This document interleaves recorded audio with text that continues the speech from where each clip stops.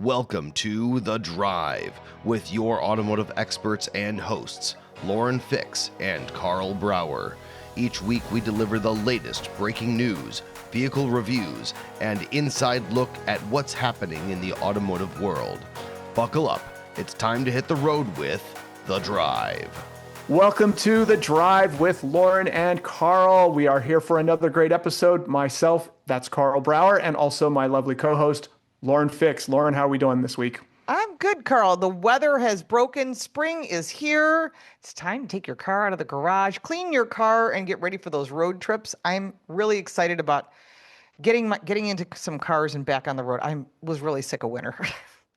Yeah, I know. And I heard you guys were having some brutal stuff, all through the Midwest. I talked to Henry Payne, our recent guest and all. I asked him on a recent interview I did with him how the weather was. And he was like, oh, yeah, it was like record cold and all that. And yeah. So to which I, of course, responded, wow, that global warming's really hurting you, huh? And he's like, yeah, don't get me started. You know how much he likes don't get either of us started. Yeah. Yeah. You know how much all of us like that topic. But well, I think what we're going to talk about first for this week, that's an interesting topic, and it plays to some past topics we've talked about, is there's proof that consumers are starting to ditch dealers and going to independents for service. Now, I think everyone is feeling the kind of economic and financial pinch, whether it's raised fuel prices or still ongoing inflation that comes from raised oil prices, or just a general sense that people are really trying to get every penny out of their dollar for value. Mm-hmm. And certainly dealers are more expensive than independent shops, as you and I both know, Lauren. Correct. But now there's statistics suggesting that consumers are actually moving, and that from dealers to independents, and the independents are getting a bigger and bigger share of the service. And I think that makes sense given what's going on. But I mean, what do you think? Well, interestingly, I used to be a trainer. We trained the dealers. So we would train the dealers about what cars are coming out, but we also did a whole section on dealer retention. And what that means is for every 100 cars that are sold from your average dealer, not a Mercedes-Benz, or your average dealer across the country, they only have 30% retention. So what does that mean? For every 100 cars that are sold, only 30 of them come back to the dealer for oil changes, wiper blades, tire rotations, and all that. That's a really low percentage.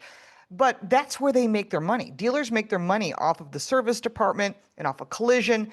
And so they obviously want higher numbers. So they've offered things like free maintenance, free oil changes, things that you would need. You know what I mean? Well, we can rotate your tires, all that stuff. We'll check your stuff before you go on a road trip, and we'll include that.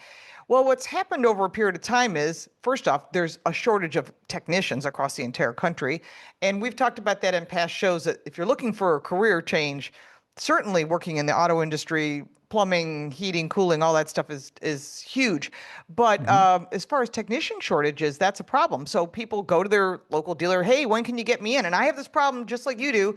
Yeah, it's going to be 2 weeks. I can't wait 2 weeks. I'm going on vacation. Or I can't wait 2 weeks. I have a check engine light. So you tend to find your independent repair shops. And with the right to repair, they should have access. But again, we're still fighting that fight with SEMA. And we had a guest on from SEMA, which is a Special Equipment Marketing Association. They're fighting that fight. As an independent repair shop, they should have that access to the same information so you can choose where you want to go. Yeah. And I remember obviously that topic, and it sounded pretty ominous, that there's any chance that there's an ability to restrict independents from working on modern cars, not allowing them to have access to the computers, which is the key to keeping any modern car running, as we know.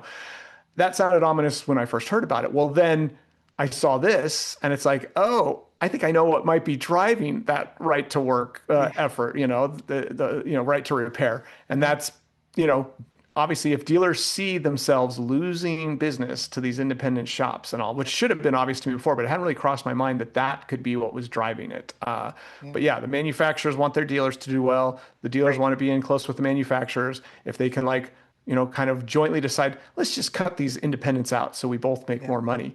That's probably what's driving it. There's a couple places you can save money too. If you're looking to do, there's repairpal.com. which you can go and find out the cost of the labor and the parts. You can use Open Bay to find where there's an open bay and an independent repair shop. There's a couple of other apps. Car Advise is another one where you can book it all online. These are all apps that you can use, and you can also go on the websites. But think about this. If the car dealers were able to capture all 100 cars that they sold on an average basis, they wouldn't have enough bay space. They wouldn't have enough technicians. You'd be waiting weeks and people would be unhappy, which is why that has fueled the independent repair shop. So if you are going to use one, make sure they're ASE certified. I'm an ASE certified tech. Automotive Service Excellence. If you can find a master tech, there's somebody who has got some serious training. We've had Greg Damon on before. He's one of the few master techs, and it is a lot of education. But look at how different cars are today. And you want to make sure that you find someone who knows what they're doing. No, absolutely. And Lauren, another thing that I think people need to know, and they may not know, is it does not hurt your warranty if you don't use the dealer for service. I think a lot of consumers assume, and the dealers are happy to not correct them on this, that if they don't go to the dealer, they might think they even have to go to the dealer they bought the car from, but they certainly, if they bought, a Dodge Challenger SRT 170 Demon like I did, well, I have to go to the Dodge dealer only to get it fixed. No, I do not have to go to that. You do it yourself. I could do it myself. I can go wherever I want.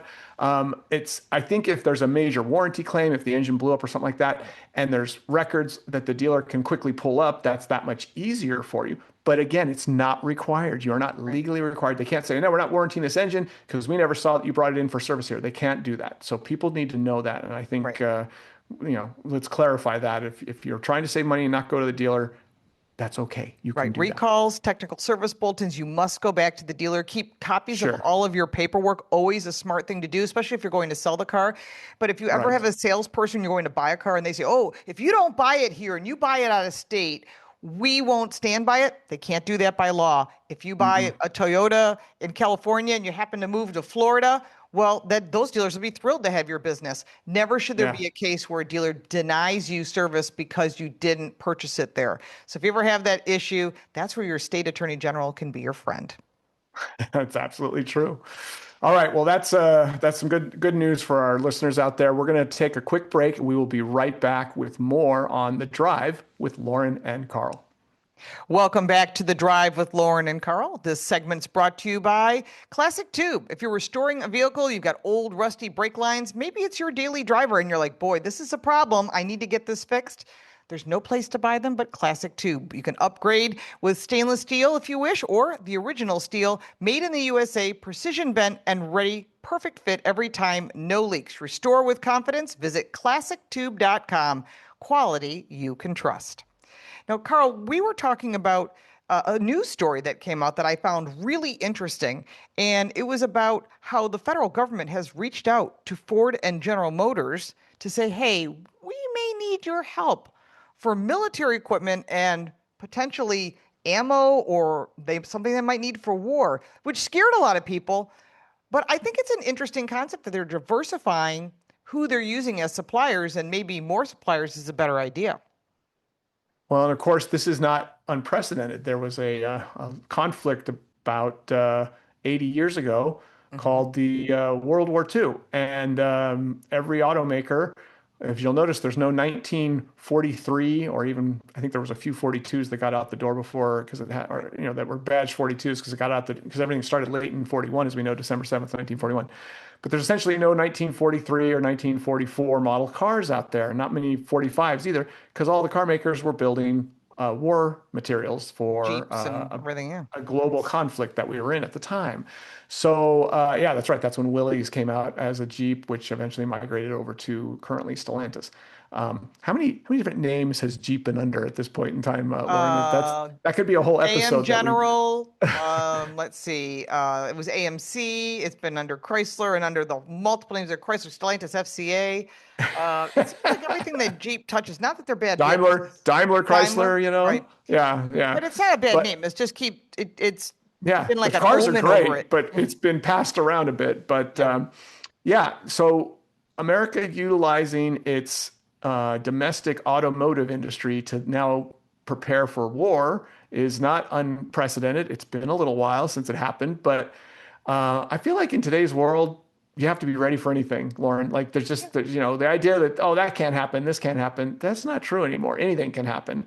And That's true. if our stockpiles are dropping and if we feel like there's either a current or potential future building pressure, I don't think the current government and hopefully future governments ever want to feel like we're lacking in munitions and war capabilities. That's true. And if you think about it, like, people are saying, well, why not Stellantis? Well, Stellantis is owned by a company that's out of Belgium.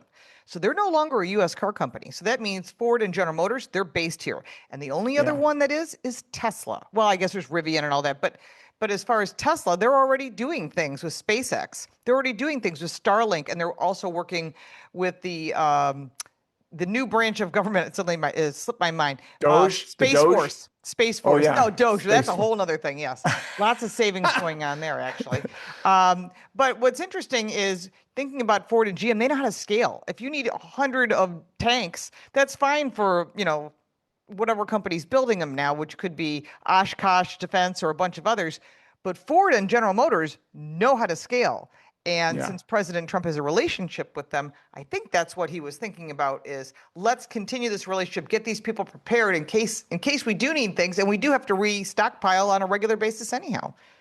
Well, a lot of people may or may not remember this or want to acknowledge it, but the Great Depression started in 1929, and it was really World War II. We were kind of stuck there for 10 years. There were various government efforts to end that, but all of a sudden World War II started, and there was government funds flowing into local domestic companies like the automotive industry to build things to help us win the war, and all of a sudden they had plenty of money, and we were certainly doing well afterwards. So I'd rather see, a better way to say this, I'd rather see our tax dollars go to domestic companies to help us build and help keep an industry healthy versus an alternative. So I agree. And I think it's smart to use U.S. here. It's good for jobs. It's good for the economy. And that's kind of what we're seeing is a lot of changes now with the Iran war being over. At least it looks like that. So we're going to see some big changes, and all that is good. And we'll be right back after this because we got even more to talk about on The Drive with Lauren and Karl. And don't forget our YouTube show that you can watch live when we put it up every Saturday morning at 9 a.m. Eastern, The Drive with Lauren and Karl. Welcome back to The Drive with Lauren and Karl, and this segment is brought to you by iSeeCars.com. That's where I'm the executive analyst, and we're always doing new studies to supplement our shopping guides and our shopping tools, which includes everything from vehicle listings, dealer listings from across the country to recall updated. We got a recall tool. You can see updated recalls, and we've done a recent study on how many of those are going on. You can price your car. We have predicted lifespan of car, which means you're looking up a used car. You can see how many years and miles it has left. A lot of unique things that you won't see on your average car shopping site. iSeeCars.com. All right, so we have been talking about the price of fuel off and on for a couple of weeks here, probably because it's gone a little nutty, Lauren, as we know.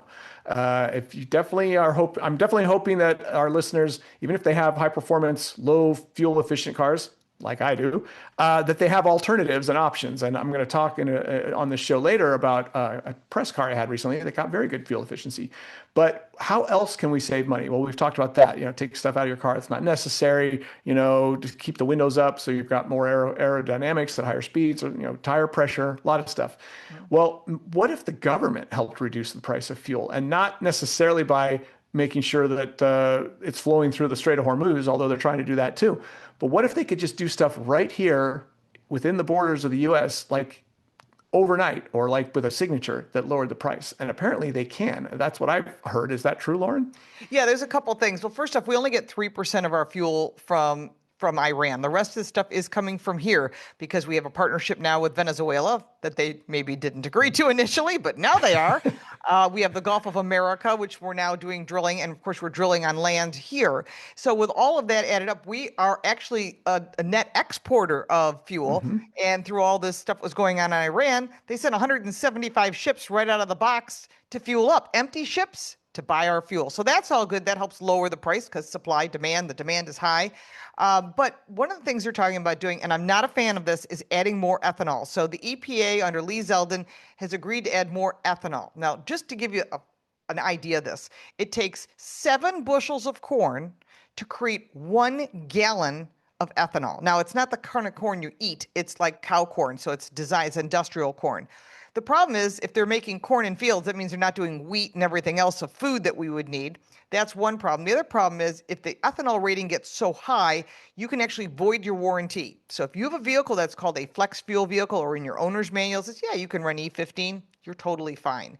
If you have a high performance vehicle, like Karl, your performance car allows for that because it is my Dodge Demon loves ethanol. It only makes more power and it's all set up to do it. But you're right, not every car can handle that. But my Porsche does not.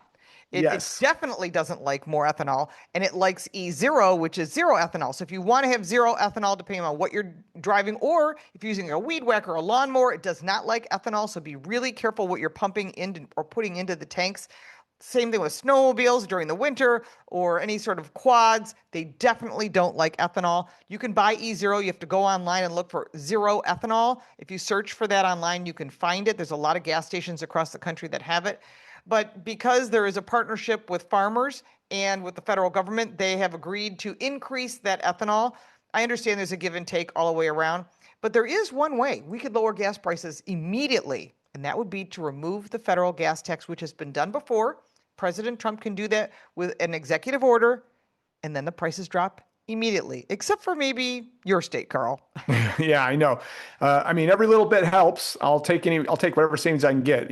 Sadly, in California, the federal gas tax is just a shadow. It's just a little like pawn in the larger game of taxing fuel in the state of California, because we have among the highest fuel taxes in the probably in the globe, but certainly in the U.S. So, but we'll take what we can get. I don't see Newsom signing an executive order pulling those California gas taxes off. No so way. It'll be a drop in the bucket, but it's better than nothing. Also, isn't there something about summer blend, which Yes. is more expensive? And they can also, the EPA can be like, how you're all supposed to or required to do summer blend? You're not required to do that anymore. Keep using whatever blend you want that's cheaper. And that doesn't make any sense. What happens is typically around Memorial Day, you'll see the prices increase, and then they drop down during the summer, and then they increase again in the fall because here we go again. They keep doing this summer-winter blend. Now, really, you actually don't need that. If they could pick one blend throughout the entire country, that doesn't mean pick summer or winter, but find a happy medium, because all the new cars, everything that you and I review, actually has the ability to adjust accordingly based on vapors. So it has to do with vapors and evaporation. And without getting technical, because I could, and I have done that on my Car Coach Reports channel, what you really need to know is find the right gasoline that's correct for you. Inside your gas drawer will tell you what you need. If it says to use regular, you can use 87. If it says you must use premium, I highly suggest you do, because if you don't and you have a problem, especially with a new car under warranty, you could actually void the warranty. And I had a friend of that happen to them with a Land Rover. Ran terrible, took it to the dealer, and the first thing that the mechanic says is, so, you're running the cheap gas, right? And he said, yes. And he said, good, because if you do it again, you're going to void the warranty because it clogged up all the fuel injectors, which is a real expensive cleaning. Yeah, and it's funny you mentioned that, because I think a lot of people do that, especially they're like, well, gas is too expensive. Look, I can save 40 cents, 30 cents a gallon by going for the cheap stuff. And it's like, yeah, that's penny wise, pound foolish, as they say. You're going to wreck your engine. And it's funny that in the previous one of the previous segments, we were talking about how you can get your car serviced wherever you want. It won't void your warranty. But if you aren't putting the right fuel in, that can void your warranty. So keep that in mind, and don't be fast and loose with the kind of gas you put in your vehicle. But I love the fact, by the way, out here, that when I put in E85, like, I don't know what it is today because I haven't done it recently, but last time I put E85 in, it was $2.99 a gallon. Wow. And the cheapest regular was like $4.40 or $4 and all, and the premium that you would have otherwise think you've got to put in a car like mine was like $5 something. It was $2.99 a gallon. It was about half price, and the car makes more power in the Dodge Demon. It makes more power and half the price of gas. And people are like, yeah, but doesn't ethanol have a shorter range? It does, but not half the range. You're still winning on that deal. So, awesome. All right, well, we're going to take a quick break, and we'll be right back with more on The Drive with Lauren and Karl. Welcome back to The Drive with Lauren and Karl. There's a lot going on in the automotive world. Before we get into that, I want to remind you can find us on social media at The Drive Car Show. Also, if you missed some of this or you'd like to see the video version of it, you can go to The Drive Car Show on YouTube, or we're on all podcast platforms. Just download it. You can share it, and we do appreciate the support. Now, Karl, you and I were just at the LA Auto Show. We've been seeing a lot of cars. You just drove an Aston Martin. But April 17th was a big day. It was the 62nd birthday of the Mustang. It's one of the few vehicles that actually people celebrate the birthday. But there was some more performance vehicles coming out. You've been driving performance cars. I have. And it's interesting in today's world where you think no one's going to buy gasoline powered performance cars. They're still pretty hot. And many of the vehicles that you and I truly lust after, have owned, do own. And one of them is the GTD, which I know you've had some commentary on. Yeah, and I feel like there's been a lot of effort to turn the Mustang into a full-fledged race car. It's based off the GT3 class of racing that they entered the Mustang in, which I think is cool. I think that's great. Yep. But don't forget that when the new Ford GT came out, this was because it was coming up on the 50th anniversary in 2016 of the win by Ford beating Ferrari, and Ford wanted to see if they could do it again, and they asked the executives at the time, Bill Ford and some of the other execs, Mark Fields, asked Raj Nair, who was running the product kind of then, and can Dave we do it with the Perosek. Mustang? Don't forget Dave. He was a big part of it. Big part of Mustang and performance in general. And they were like, can we win with the Mustang? And they went back and they kind of came back and said, we can be competitive. I'm not sure we can win. And they were like, well, if we're just going to be competitive, we're not putting all the energy in to do that. And then secretly, Raj did the new Ford GT against, and then he said, well, let's go with a dedicated race car. And they were like, no, we're not going to do that. And then he did it anyways. And it was such a dramatic vehicle. When they saw the clay model at the point they finally saw it, they were like, okay, keep going. So, but to me, that just confirms that the Mustang wasn't really up to speed. It was, using that platform to go serious racing was going to be limiting. Mm-hmm. Well, here we are, they're using it. And by making it functional on a race level, I think they're doing okay in the race version, but they tried to make a street version. It's called the GTD, and it weighs 4,000 pounds. And they're making the new version lighter. They're going to make a competition version, and they had Dirk Mueller, who's a phenomenal driver, break the track record again at the Nürburgring, which is where all the car brands go to Germany to see who's got the fastest time. It's sort of like the baseline, and it is certified. They actually have people there certifying it. So when someone says this is the fastest car in the world, and it's on the Nürburgring, it truly is. Yeah, and it's cool that I think it's neat that they want to keep breaking their own records, and now there's kind of it rhymes. Well, we'll call it a missing match because it rhymes with missing. But there's a missing match going on between GM and Ford now about who's going to be the fastest on the Nürburgring. And Corvette's fast. The Corvette ZR1X all-wheel drive Corvette that beat up on the GTD's original number, and it costs less than the GTD, so that didn't look too good for Ford. And it's all-wheel drive, which is like super smart. That's what Audi did in order to make such a big stink and make huge strides going all-wheel drive. They banned them from Trans Am series back in the 80s because they were so fast, and they're like, this isn't going to work. Yeah, that Quattro system's like cheating, so they kicked them out.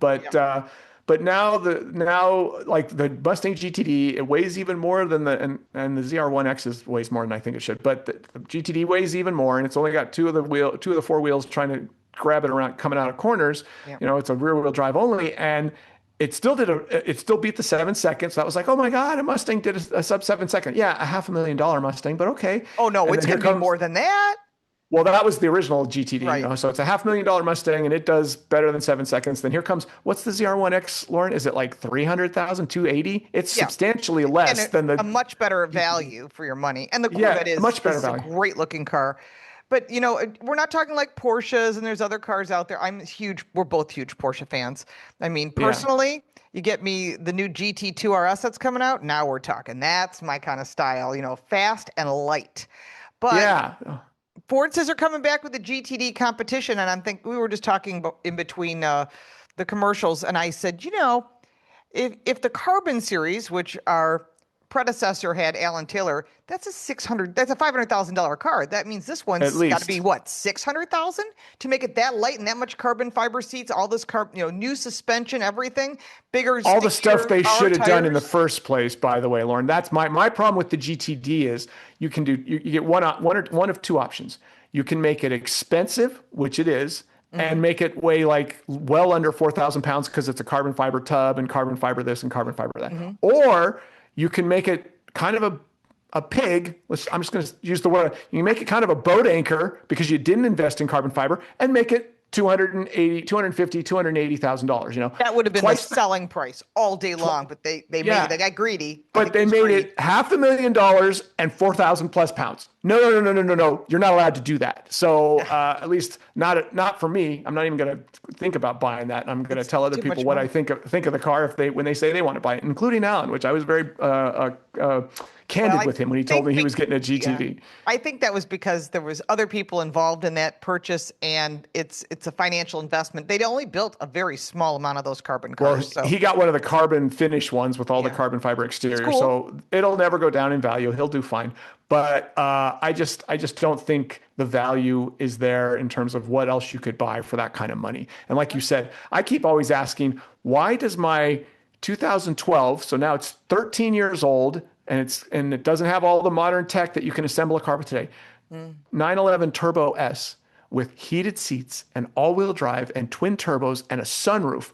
Why does that car weigh 35, 36? I mean, mine's got all the options. It's probably as heavy as you could pretty much make a Porsche. And I don't think it weighs more than 3,600 pounds. And it's really comfortable. Yeah. And then, of course, the GT3s and all that, especially from that era, they're really light. And then you've got 4,000 plus pound Corvettes and Mustangs that are costing too close. Well, the Mustang costs more than the 911, so that's just ridiculous. But even the ZR1X, when you start getting above $200,000 to $300,000, I don't want a 4,000 pound race car. I have no interest. So I think if you're going to spend $300,000 or $600,000, whatever price that might be, and I said you had to buy one car, most people would not say it's going to be a GTD. Most people would say Ferrari, a Lamborghini, an Aston Martin. My God, McLaren. There's so many great cars in that price. But 600,000. Oh my God, I could buy a couple cars.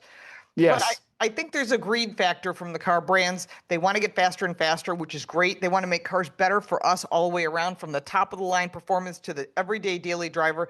But they have to realize there's a price point where there's a greed factor, and it looks a little greedy to me. Some would call it a money grab. I wouldn't necessarily. Actually, I would. Money grab. And it's not like exotic cars aren't. They're all money grabs, but there's money grabs and there's money grabs. Some have resale value and some don't. So if you're going to buy one, choose wisely. Choose wisely when you're spending $500,000 or more, especially. Yeah.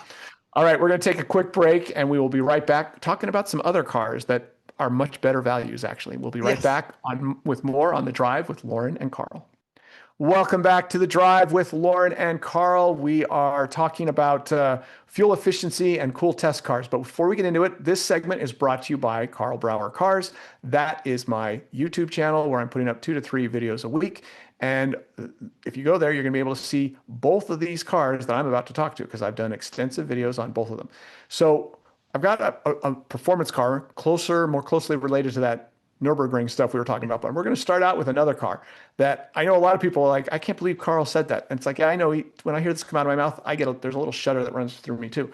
But I'm a huge fan of the current Toyota Prius. Okay, ever since that car was redesigned in its current generation, everything from the looks to the driving dynamics, it's even kind of fast. The interior layout, and people said, yeah, it lost some rear headroom for that swoopier thing. Yeah, it did. And I still fit in the back at 6 feet tall, totally fine. So is it as big and boxy back there? No, that's why it looks better. And it's also got a little less space, but it's been such a return on investment for styling. I like it. So, and there's a plug-in version of it that gets between 40 and 50 miles, depending on which trim, because the wheel size changes. The base models almost always get better range on either pure electrics or plug-ins, because they have smaller wheels and less rotational weight, and so they can go further. So if you get the base SE version of the Toyota Prius plug-in, you'll get about 50 miles before the engine fires up, and then you can get like mid to high 50s on your fuel efficiency. I had a Nightshade test car that they gave me. That's one step below the top of the line. That's great. I got one too. It was cool. Mine was bright yellow. What color was yours? Mine too. Mine was that bright yellow color. Yeah. And it's got the bigger wheels, and tires, so it gets only 40 miles before the engine fires up, and then it gets like low to mid 50s on fuel efficiency. And I had a mission. I wanted to drive from Orange County, where I live, to St. George, Utah, where I'm always going, because I keep thinking about it as a potential retirement getaway. It's people are like, why do you like St. George? And I have one sentence that explains it. St. George is Colorado. with palm trees because I grew up in Colorado and I liked the mountains and the dry air and the higher altitude, but there were no palm trees in Colorado. Even with global warming, we haven't gotten there yet in Colorado, but we have palm trees in St. George. 400 miles from my house is where St. George is. So I'm like, I can do this in a Prius, within one tank. And that was the goal, and the goal succeeded. Now, it was right on the edge on the way out because the car, they gave it to me without the charged battery, so I lost my initial 40 miles, and it wasn't quite full because they'd driven it to my house. And I got there with 11 miles left on the distance till empty thing, but I made it, and I filled it up.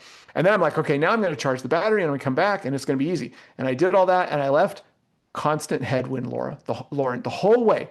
Every time I look out the side window at the trees as I'm passing them all across the desert and all They're going the other way. They're blowing the opposite direction I'm driving. I'm like, damn it. So, and I got all the way back to my house. Now, this time it had gone. So I got to tell you, I'm coming down the Cajon Pass, which is where you come down, if you come down the 15, and it's a big downhill. And I'm like totally creatively drafting other cars and stuff. And I'm getting the charge thing. And I got some miles back on the battery there. And then there's another one when you get near the toll road, near the exits, the 241 toll road, same thing happens. You get another big downhill thing. And I got to the gas station 1.8 miles from my house, probably about a mile. It took another mile or two after the distance till empty had gone blank. It stopped saying distance till empty. So I don't know how. But I pulled into the gas station. Yeah, and I was like, I could make it to my house because it's only another 1.8 miles, and I still had some battery charge too. I know it, but I didn't know if I could make it to my house and back to the gas station because that would have been like 4 miles, is 1.8 miles away. And I'm like, all right, I'm stopping on the way. But I pretty much made it to my house on one tank, 1.8 miles away. And one of the things I forgot though is that thing has a tiny fuel tank. When I filled it up in St. George, when I got there with 10 miles left, it only took 8.9 gallons. And when I got back, it took 9.2 gallons. It's a 10-gallon tank. Is it a 10-gallon tank in that car? There has to be some left in the fuel lines and the fuel pump, or it'll burn out. So that's why exactly. it reserves itself. But it would go. I wish that thing had like a 12 or 14 gallon tank because then it'd be like a 600 mile car, but still when you have high gas prices and you fill up after a 400 mile trip and it only costs you, 8.9 times plus the gas is much cheaper in St. George too. That was awesome. So I was a huge fan again of the Prius. Yes, I said it out loud. A huge fan of the Prius. I can't believe I'm saying it too, but I really think the Prius is a great all-around vehicle. We used to laugh at those cars.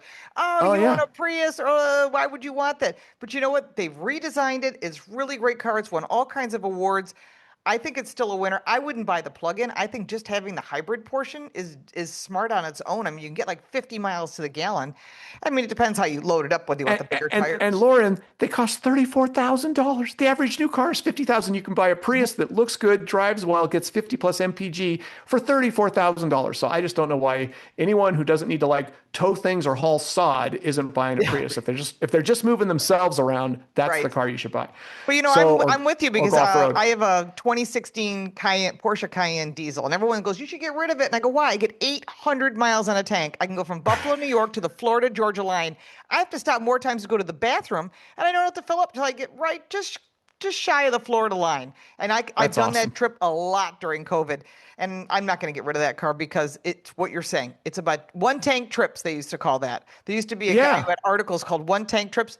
What you just did was a one tank trip. No, I'm a road warrior. You tell me that the car's fluids are handled for 400 miles. I'll handle my fluids for 400 miles. I didn't stop once between Orange County and St. George, 400 miles. There was, once the car rolled out of the driveway, it didn't stop rolling until we got to St. George. Don't drink any water.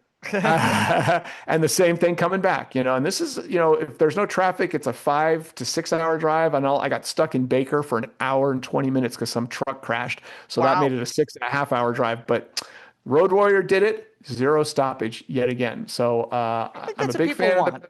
I think people want good value. And I think you get good value, and the resale on those cars is phenomenal. I mean, even on the real old Priuses where the battery portion dies, it's still a really small engine. And a lot of kids buy it for high school because they can just get back and forth because you're not going that far. You just don't want to walk. And so there's great value in Prius. You still can't go wrong no matter what. But we'll be right back after this break because we've got even more tips for you for your road trip. We want to make sure you're prepared before you hit the road. We'll be right back after this break. Welcome back to The Drive with Lauren and Karl. This segment is brought to you by Car Coach Reports. That's my news channel. We cut through the noise. We give you great information. You're not going to get it anywhere else. And then if you're thinking about where is Lauren's car reviews, they're at Car Smarts. Both are on YouTube, or just go to my website, which is Car Coach Reports. You'll get all your information with English and in Spanish. Our past guest, Al Vasquez, also has his content there. Get the facts before you buy. Now, Karl, you were saying that you also drove a very expensive little toy. What did you drive? Yeah, it might be considered the anti-Prius, right? It's like the opposite end of the spectrum. But it's closer to what we were talking about before with Nürburgring times. So this was a Maserati GT2 Stradale, which is essentially a high-performance, track-oriented version of the MC20. Both of those cars use that Nettuno V6 engine. It makes more power, 691 horsepower, I believe, in the Maserati GT2 Stradale, which makes it one of the highest horsepower cars. And it will do 0 to 60 in 2.8 seconds. Wow. It's got the dual clutch transmission, but totally different bodywork. It doesn't even look like the MC20 that it starts out as. And it's notably lighter, which again, this is the difference between this one and those cars we were talking about, the Corvette ZR1X and the GTD. It's a 3,000 pound dry weight. And so even with me sitting in it in fluids, I'm sure it was not 3,500 pounds. And I took it up Palomar Mountain, one of my favorite driving roads. I'd had the Lamborghini Temerario on there with 900 horsepower or like 800 horsepower that car's got. Yeah. And but it weighs like 4,000 pounds, the Temerario. So it's got a 500 pound penalty compared to this GT2 Stradale. And that Stradale, you could feel it. So beautiful color, powerful twin turbocharged V6 engine, great exhaust note, cool exterior bodywork. And also you put it in Corsa mode and that's race in Italian, and it's very capable, but you can also put it in GT mode and it's very comfortable. It's got serious bucket seats, like literally buckets that you fall into. So getting in and out would be your biggest issue. But if you want to keep it in GT mode and it's got a front end lift, drive it daily and you could. So is that like the MC Pura? No, that's the MC20 with extra cool like exterior colors and stuff like that. It's just like exterior. Because I had one of those and I reviewed that as well. So your review is on Karl Brauer Cars, and my review of the MC Pura and a recent Aston Martin drive, if you'd like to see some expensive cars, will be at Car Smarts. We did want to give some people some tips. You just did this super long road trip. Yes. So what kind of things would you put in your emergency kit getting people ready for their summer road trips, besides taking all the extra things that you're not going to use? Right. Well, I think certainly some kind of reflective material, because if your car breaks down, you want people to see you. So there's like those triangles that you can throw in there. Or LED lights. I love those LED lights. They're like $20. You get like 2 of them. They're magnetic. Yep. You can reuse them. They're fantastic.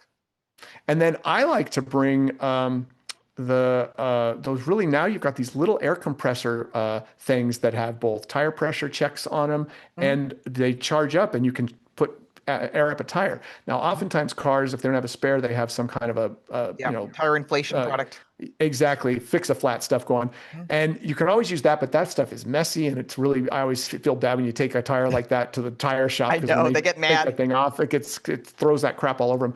But I love these little mini compressors you can get now and stuff. And if you get a situation where you just have a tire pressure warning, you got a slow leak, you got that with you, you can get it back up and get yourself to at least the next town before you run out. But what about you? What do you throw in? I absolutely add what you have, but I also add in addition a battery jump starter, because a lot of people don't know how to use jumper cables. And so when my daughter went to college, I started this whole trend of, make sure this box is charged up, and then, every 6 months, plug it in the wall, get a full charge, and you can help somebody else. Because a lot of times where batteries are located, especially if you've got some of these new cars, there's no battery under the hood or you can't access it. So a battery jump starter will have a positive and a negative post. You just put those on. Same thing AAA uses. They're not that expensive. Great gift. They're around $60. I'm sure you can get them less expensive off of Amazon.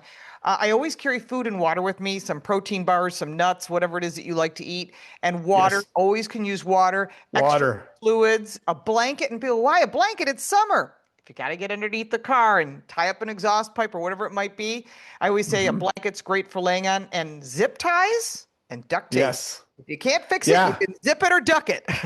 Yeah, and if you even just have a basic toolkit too, a very basic one, like even a Swiss Army knife would be smart, because you can be surprised what you can get done with a Swiss Army knife. What are they called with it? You can get all the different tools on. Oh yeah, the multi-tool thing. Yes. All right. Well, that's good. That's good advice. And we're heading toward our spring and summer. So keep that in mind if you're thinking of a long road trip like I just did. Yep. Well, that's this week's episode. A lot of fun again talking with you, Lauren, and covering some fun topics. So You too, Karl. Yeah, no, it was a great time. We will be back again next week with the next episode of The Drive with Lauren and Karl. You've been listening to The Drive, your trusted source for the latest car news, expert reviews, and real insights into the automotive world. Thanks for riding along with us today. You can check out the entire archive of every episode on our YouTube channel, The Drive with Lauren and Karl. Be sure to subscribe so you never miss an episode and join the conversation by leaving your comments. We love hearing from you. Until next time, stay safe, enjoy the ride, and we'll see you right back here on The Drive.